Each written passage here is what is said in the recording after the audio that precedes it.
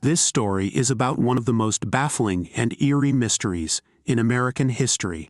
This tale takes us back to the late 16th century, to an island shrouded in mystery and whispers of the supernatural.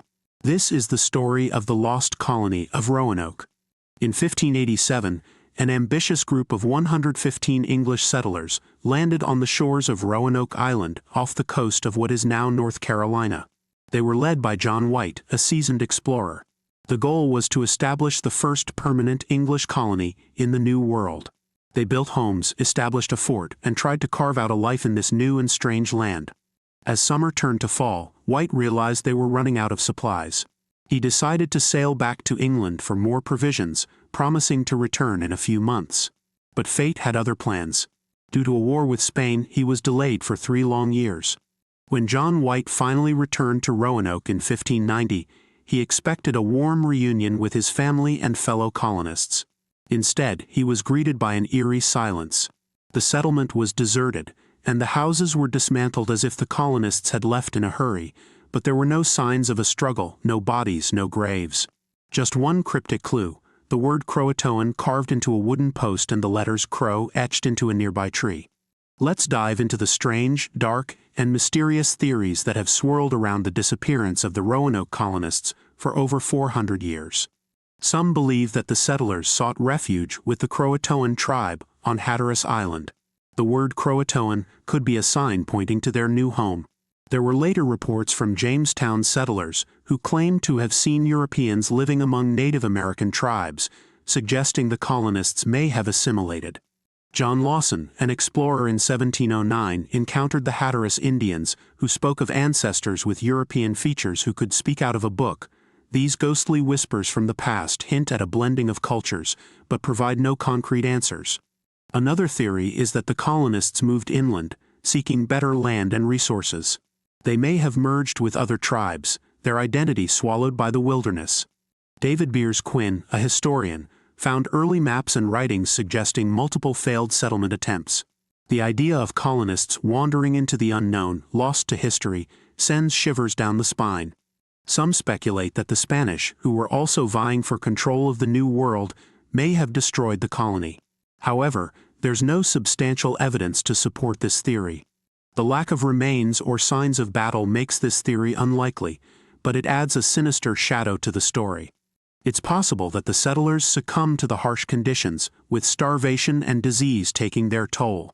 This theory explains their disappearance, but not the absence of remains. The empty village stands as a ghostly testament to their suffering. Modern researchers have turned to genetics to solve the mystery. The Lost Colony DNA Project aims to trace the ancestry of local families to find connections to the Roanoke settlers. While intriguing, this project has yet to uncover definitive links, leaving the mystery unresolved. In recent years, archaeologists have unearthed artifacts on Hatteras Island and the mainland, suggesting European presence. Pottery pieces and tools consistent with those used by the Roanoke colonists have been found, adding layers to this enigma. The Croatoan Archaeological Society continues to excavate sites linked to the Croatoan tribe, seeking to uncover further evidence of what happened to the settlers. Each discovery adds a new piece to the puzzle, but the complete picture remains elusive.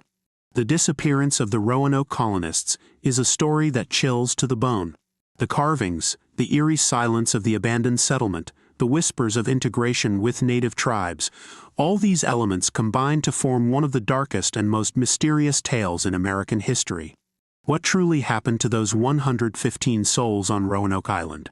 Were they assimilated, killed, or did they vanish into the ether, leaving only cryptic clues behind? As investigations continue, the story of the lost colony endures, haunting the imaginations of historians, researchers, and all who dare to ponder the fate of the vanished settlers.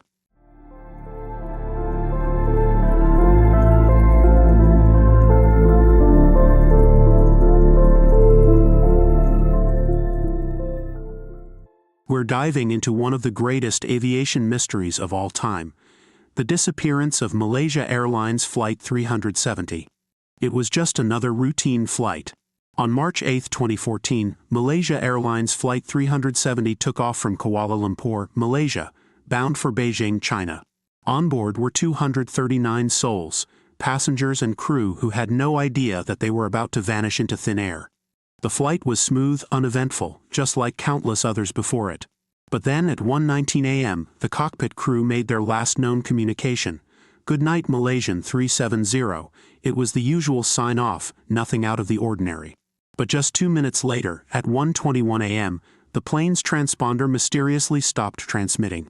The aircraft disappeared from civilian radar, like a ghost slipping into the night. Military radar picked up MH370 deviating wildly from its course.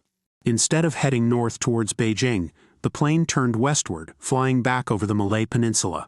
Then it banked southwards, venturing into the vast, empty expanse of the Indian Ocean. But why? No one knows. What we do know is that the aircraft continued to send satellite handshakes to Inmarsat, suggesting it flew for several more hours after disappearing from radar.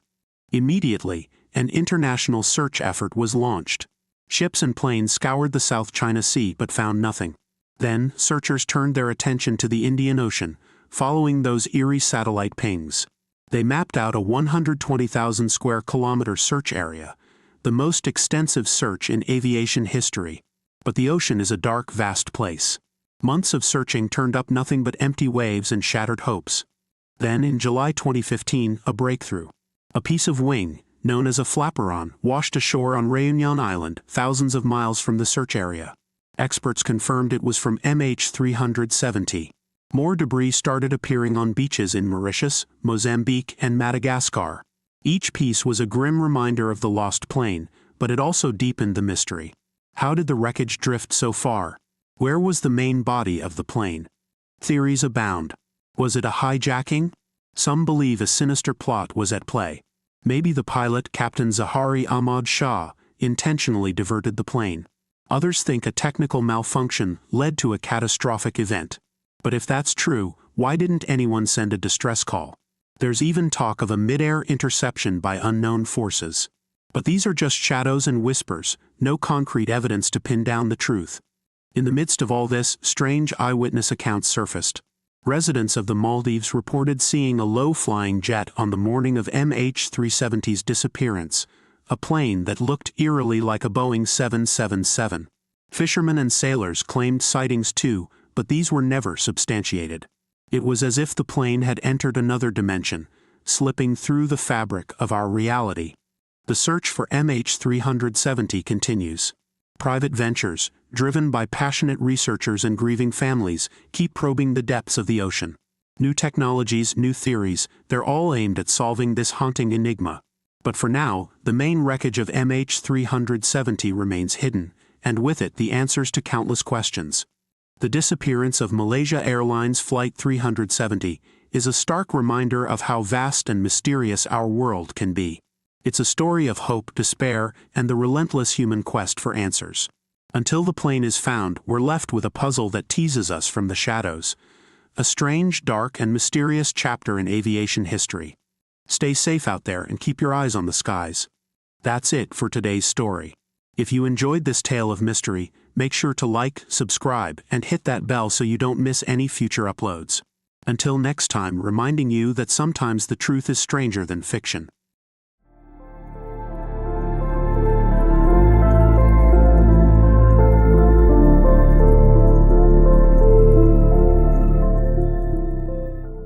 In 1937, the world was captivated by Amelia Earhart, a pioneering aviator with a taste for daring feats. Amelia was no stranger to breaking barriers, having already become the first woman to fly solo across the Atlantic Ocean in 1932.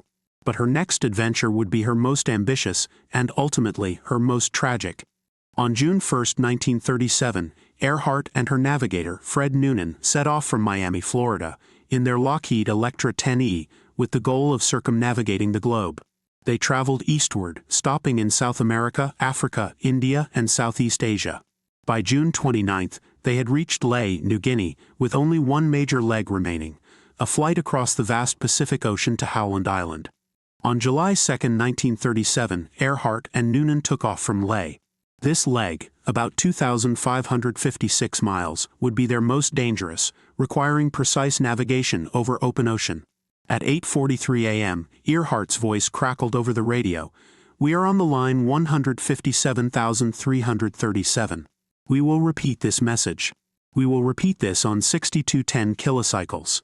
Wait, that was the last anyone ever heard from them. Amelia, Fred, and their plane disappeared into the ether. The disappearance of Amelia Earhart has spawned numerous theories, each more intriguing and mysterious than the last. One of the most straightforward explanations is that Earhart's plane ran out of fuel and crashed into the Pacific. The ocean is vast and deep, and it's easy to imagine the Electra resting on the ocean floor, forever hidden from human eyes. Despite extensive searches by the U.S. Navy and Coast Guard, no trace of the aircraft has ever been found, adding to the enigma. Then there's the Gardner Island hypothesis. According to this theory, Earhart and Noonan made an emergency landing on Gardner Island, now known as Nikumaroro. In 1940, a British officer discovered a partial skeleton, a sextant box, and remnants of a campsite on the island. TIGHAR, the International Group for Historic Aircraft Recovery, has conducted multiple expeditions to the island, uncovering artifacts that suggest someone lived there as a castaway. But as of now, definitive proof linking these findings to Earhart remains elusive. Another dark and compelling theory is that Earhart and Noonan were captured by the Japanese. Some believe they landed in the Marshall Islands, which were under Japanese control, and were taken to Saipan, where they were held as spies. Witnesses from Saipan claim to have seen Earhart and Noonan in captivity. In the 1960s, CBS journalist Fred Gorner interviewed Saipan residents who insisted they had seen Earhart and Noonan as prisoners. But despite these accounts, no concrete evidence has ever surfaced to support this theory. Adding another layer to the mystery is the spy mission theory. Some speculate that Earhart's flight was a cover for a U.S. espionage mission to gather intelligence on Japanese fortifications in the Pacific. Given her fame and aviation skills, she would have been the perfect spy. However, this theory remains in the realm of speculation, with no solid documentation to back it up. There have been several witness accounts over the years, each adding to the eerie puzzle. Betty Klink, a 15-year-old girl in Florida, claimed to have heard distress calls from Earhart on her shortwave radio. She noted hearing phrases like "ship on a reef" and "help." While TIGHAR considers her account credible, it's not universally accepted. Even decades later, the mystery endures. TIGHAR has led multiple expeditions to Nikumaroro, uncovering artifacts and bones, yet none have been conclusively linked to Earhart. Advanced sonar and deep-sea technology have scoured the ocean floor around Howland Island, but the Electra remains elusive. The disappearance of Amelia Earhart is one of the greatest mysteries of the 20th century. Was she lost at sea, a castaway on a deserted island, or a captive in a foreign land? Despite numerous theories and countless investigations, the fate of Amelia Earhart remains an enigma, a story shrouded in mystery and speculation.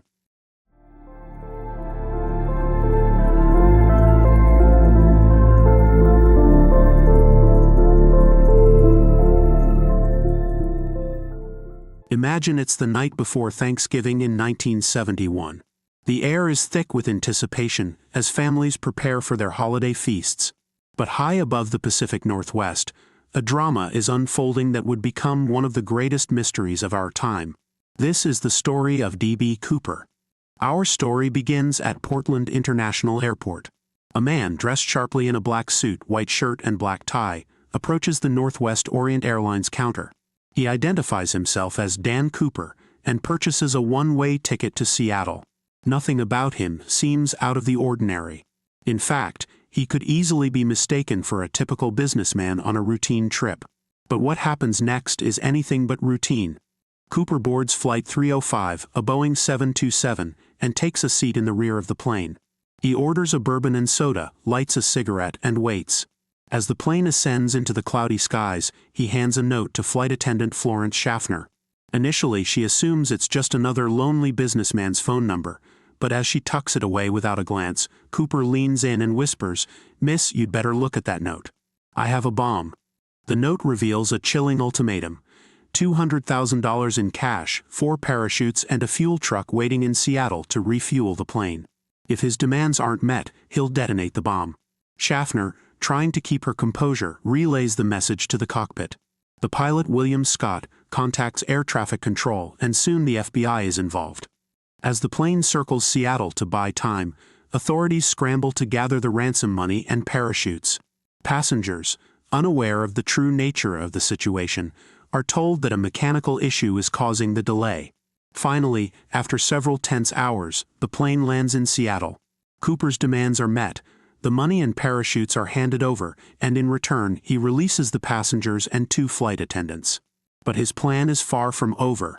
Cooper instructs the remaining crew to fly south towards Mexico City at a low altitude of 10,000 feet and a speed of 200 knots.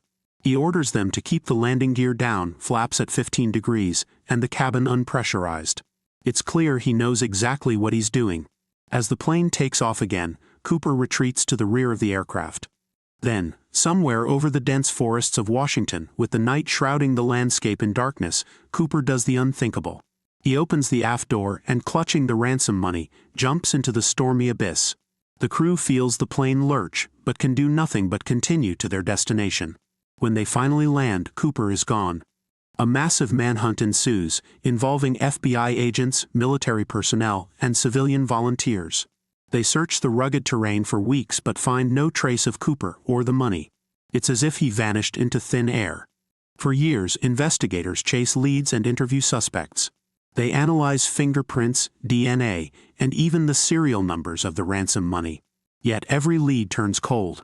The case becomes an enduring mystery, shrouded in speculation and intrigue.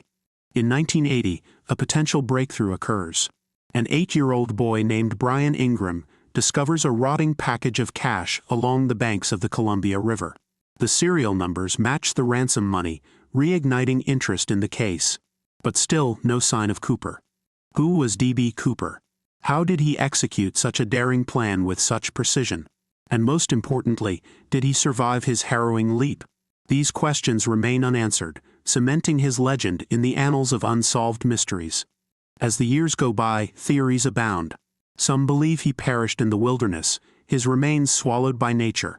Others think he survived and lived out his days in anonymity, perhaps even chuckling at the chaos he left behind. In the end, D.B. Cooper's fate remains one of the greatest unsolved mysteries of our time, a strange, dark, and mysterious tale that continues to captivate and confound.